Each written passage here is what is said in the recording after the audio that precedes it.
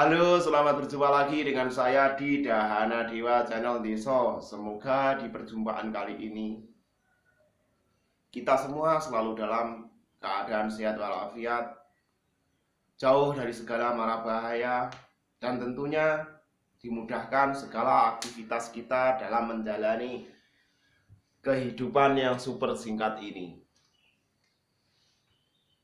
Di perjumpaan kali ini saya akan sedikit membahas tentang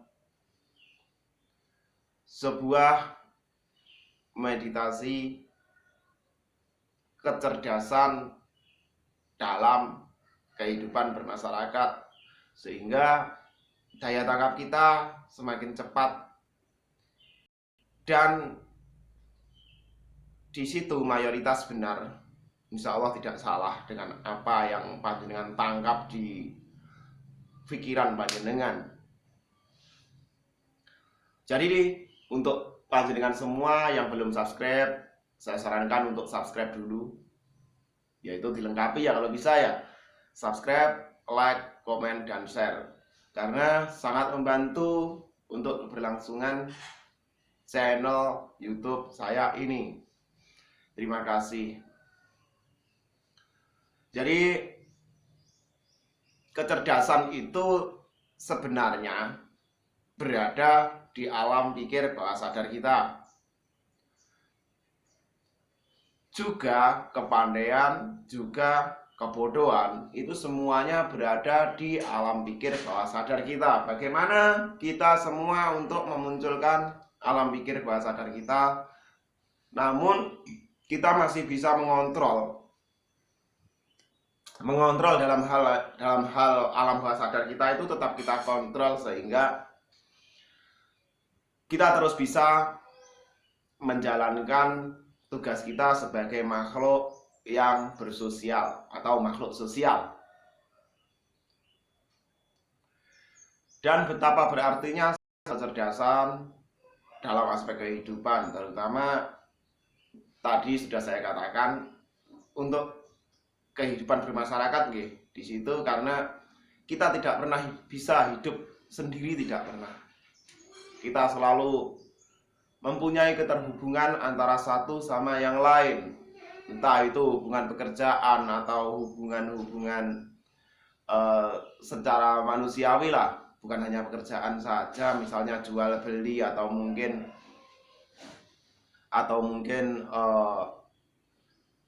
teman-teman ngobrol di situ. Jadi intinya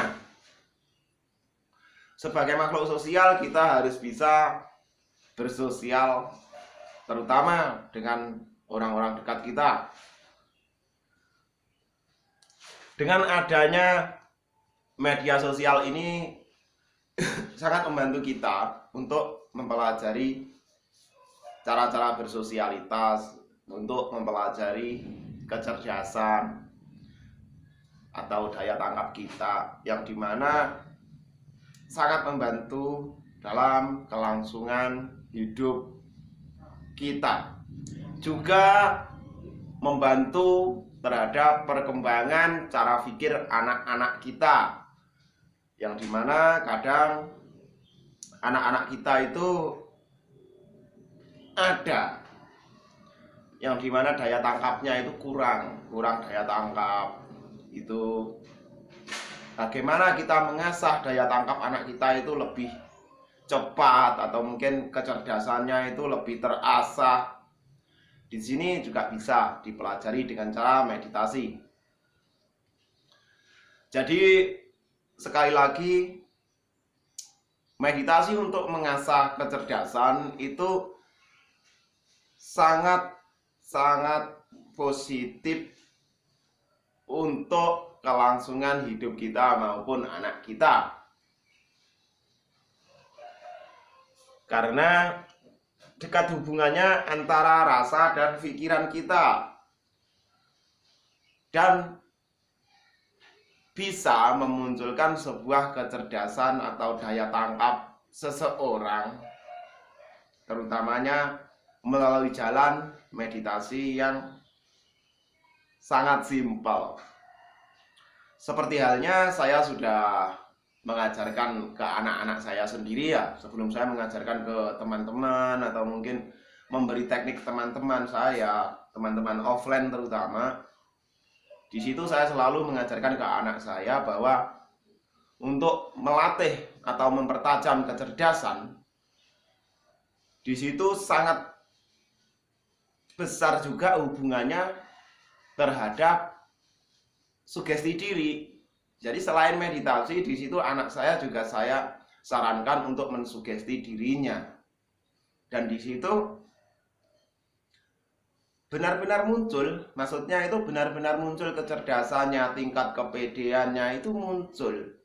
Dan sugesti diri pada anak saya yang masih berumur 7 tahun 8 tahun, di situ saya anjurkan terutama sebelum dia tidur.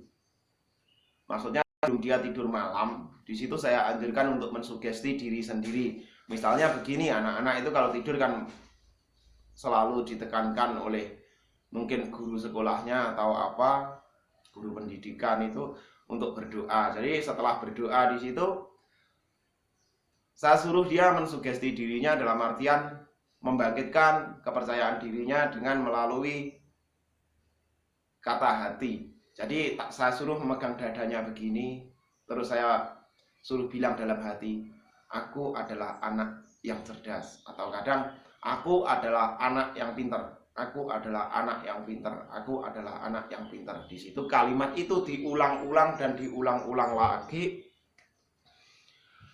Selain itu, saya sarankan juga untuk anak saya melakukan meditasi setiap hari selama 1 minggu. Setelah itu saya kasih jarak, kadang 3 hari sekali, kadang 4 hari sekali, kadang 5 hari sekali. Cuma yang jelas di sini hitungannya 3 hari sekali. Anak-anak saya itu saya sarankan untuk melakukan meditasi untuk mempertajam kecerdasannya. Jadi sangat bermanfaat untuk diri kita juga. Ketika anak diajak ngobrol di situ, dia bisa nyambung. Ngobrol secara logika dia nyambung, ngobrol dengan perasaan kita pun dia juga nyambung. Jadi ada satu cerita. Ini waktu paman saya meninggal. Anak-anak saya itu waktu itu juga ada di rumah paman saya. Di situ saya berbicara terhadap anak saya tentang perasaan. Bahwa intinya antara anak dan orang tua itu pada saatnya akan berpisah. Maksudnya berpisah itu ya ajal itu menjemput. Saya bilang seperti itu. Dan mereka juga menangkap. Dengan perasaan mereka pun mereka mengungkapkan kalimat yang ada dalam dirinya. Yang ada dalam pikirannya diungkapkan. Katanya apa? Katanya begini, iya pasti itu ya. Tapi saya nggak mau untuk saat-saat dekat ini ketika ditinggalkan sama ayah ataupun ibu. Karena saya masih butuh bimbingan kedua orang tua. Nah, mereka itu menjawab dengan perasaan, dengan kasih sayangnya juga seperti itu. Dan kembali lagi pada sebuah teknik meditasi untuk mengasah kecerdasan atau mengasah daya tangkap diri kita maupun anak kita. Ketika kita dihadapkan dengan beberapa orang yang dimana di situ belum pernah kita kenal, di situ kadang obrolannya itu kadang kan kesana kemari lah. Kita kan harus bisa menampung semua obrolannya. Jadi kembali lagi pada teknik-teknik meditasi. Di situ intinya meditasi itu kalau di situ kalau menuju pada mempertajam sebuah kecerdasan ataupun intuisi, di situ itu sama sebenarnya.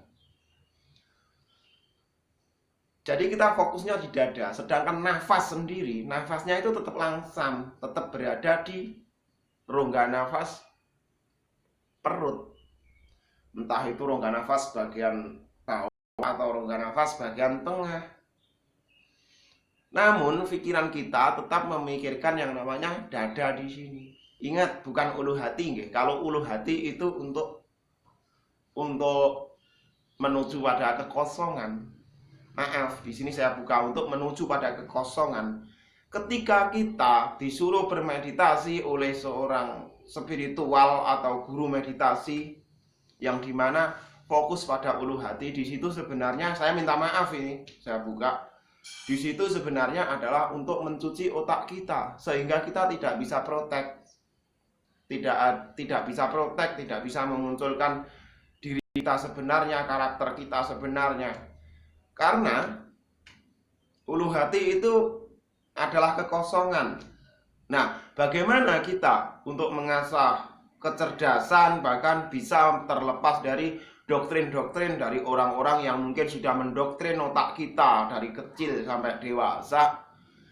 Itu kita bisa melawan itu dengan cara bermeditasi. Nah, meditasi tersebut diusahakan fokusnya di bagian dada sebelah atas nih. Jangan berada di ulu hati. Sekali lagi, jangan berada di ulu hati. Kalau jenengan berada di ulu hati, di situ hanya sebuah pencucian otak. Jadi kekosongan, ketiadaan. Memang sesuatu yang ada itu berawal dari tidak ada. Tapi di sini panjenengan, saya harap bisa memahami apa yang saya ungkapkan, apa yang saya katakan, dan apa yang saya inginkan. Di perjumpaan kali ini saya mohon maaf terhadap panjenengan semua. Saya ingat kalimat-kalimat saya yang mungkin beberapa menit ini sangat bermanfaat untuk kita semua. Saya akhiri perjumpaan kita di hari ini dengan kalimat terima kasih dan wassalamualaikum warahmatullahi wabarakatuh. Om Swastiastu, Rahayu, Rahayu, Rahayu.